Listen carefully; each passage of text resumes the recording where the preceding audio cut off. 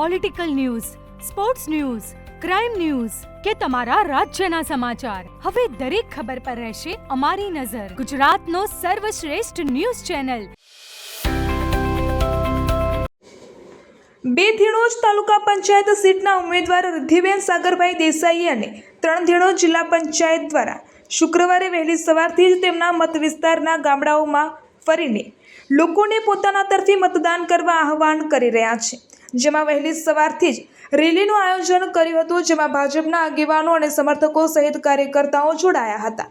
આ પ્રસંગે દેસાઈ રિદ્ધિબેન સાગરભાઈ અને પટેલ ભાવિકભાઈ હર્ષદભાઈએ જણાવ્યું હતું કે લોકોનો પ્રચાર દરમિયાન પ્રેમ મળી રહ્યો છે અને મને જીતવાની પૂરેપૂરી આશા છે અને જીત બાદ પણ વિસ્તારના વિકાસના કામોને વધુ વેગ આપવાનો પ્રયાસ કરીશું.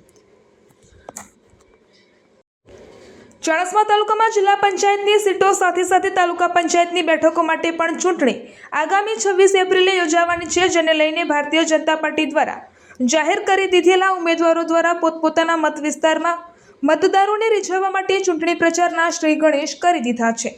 જેને લઈને 3 ધીણોજ જિલ્લા પંચાયત સીટ નીચે આવતી ધીણોજ 2 તાલુકા પંચાયત સીટના ઉમેદવાર દ્વારા પણ પોતાના પ્રચારના શ્રી ગણેશ તેમના સમર્થકો અને ટેકેદારો સાથે ડોર ટુ ડોર પ્રચાર કરી અને ભારતીય જનતા પાર્ટી દ્વારા કરેલા વિકાસના ગાથાઓ લોકો સમક્ષ મૂકી તથા પોતાના તરફે મતદાન અને જીત અપાવવા માટે અપીલ કરી રહ્યા છે.